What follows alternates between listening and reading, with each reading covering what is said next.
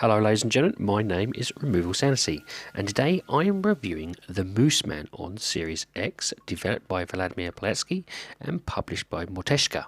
So what is the Mooseman? The Mooseman is best described as a slow-walking, story-laden game, designed to provide an immersive experience based on finno-ugric culture of bygone pagan times. The premise is you are the Mooseman, and you have the ability to see all that is hidden to the mortal eye. You are about to visit 3 layers of this universe. The first one is the lower world, where the dead reside. The game boasts worlds designed on perm animal style, a number of collectibles, each with unique pagan explanation, different powers to unlock, puzzles, and folk komi music. And this leads me on to the gameplay.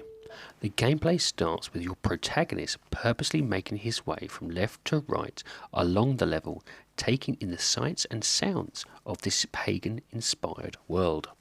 Now, whilst this may be too slow for some, there is a reason, as the surroundings are the utmost importance when it comes to the game's puzzle solving.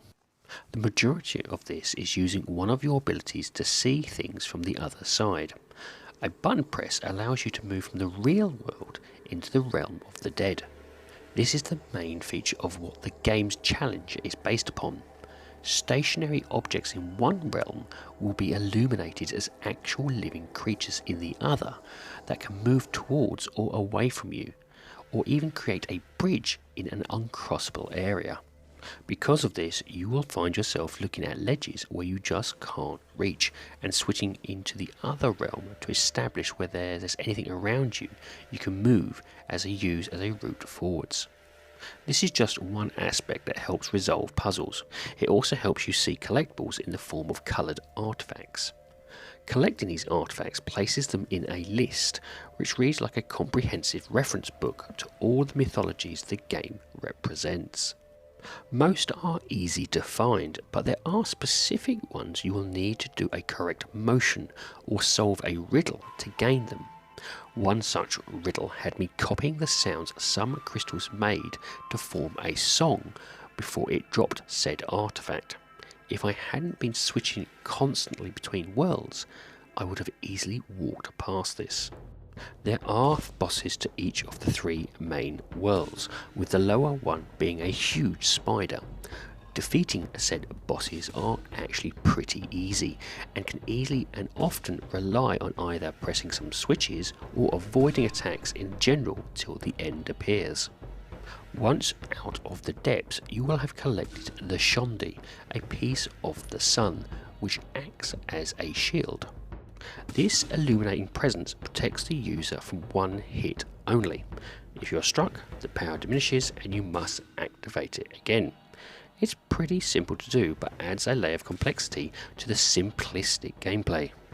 You must time the use of this ability to protect yourself from relentless flying beasts, and was one of my more favourite elements of the game. Control-wise, the game is smooth and responsive, even in its limited movement.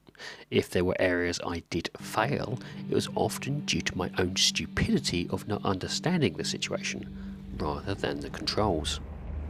Overall, the game is more about the experience and education of this long-forgotten pagan world, and in that, it does it perfectly.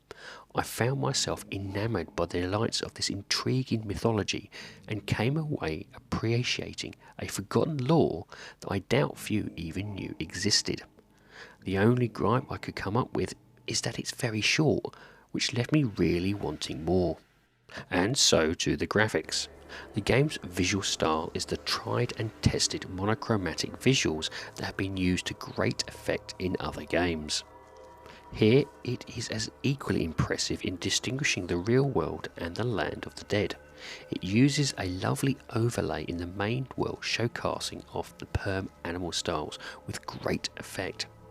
Each world you travel through is a visual feast for the eyes and keeps you engaged with every new area you enter. The animation of the main protagonist too was superb, and walking through this game's world had so many set pieces that could be a still from a painting. So what about the sound? The game's sound is where it really shines, with its tribal Komi songs and throat singing used to great effect. The environmental sounds too are perfect for this type of game, and there is nothing better than listening to the crunch of footsteps in the snow, or the rasp sound of the wind blowing, or even the splash of the water to wash away your stresses.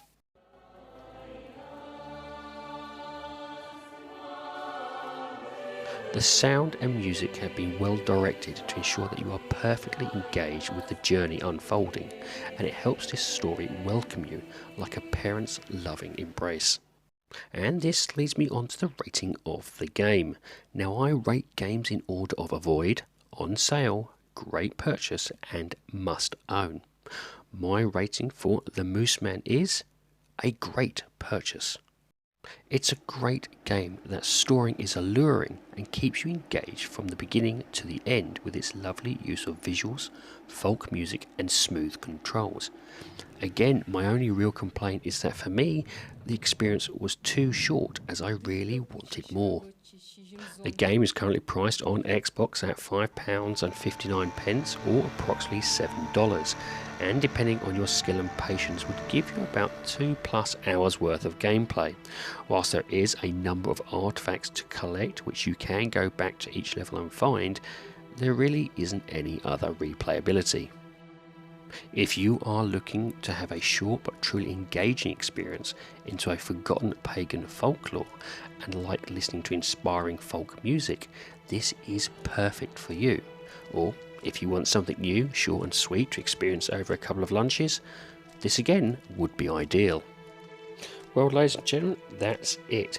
I do hope you like this review, and if you do, please like, share and subscribe if you so wish. And if you would like to put some notes or even just a comment in the comment section, I do like reading them. Anyway, have a great time gaming, and I'll see you all again soon.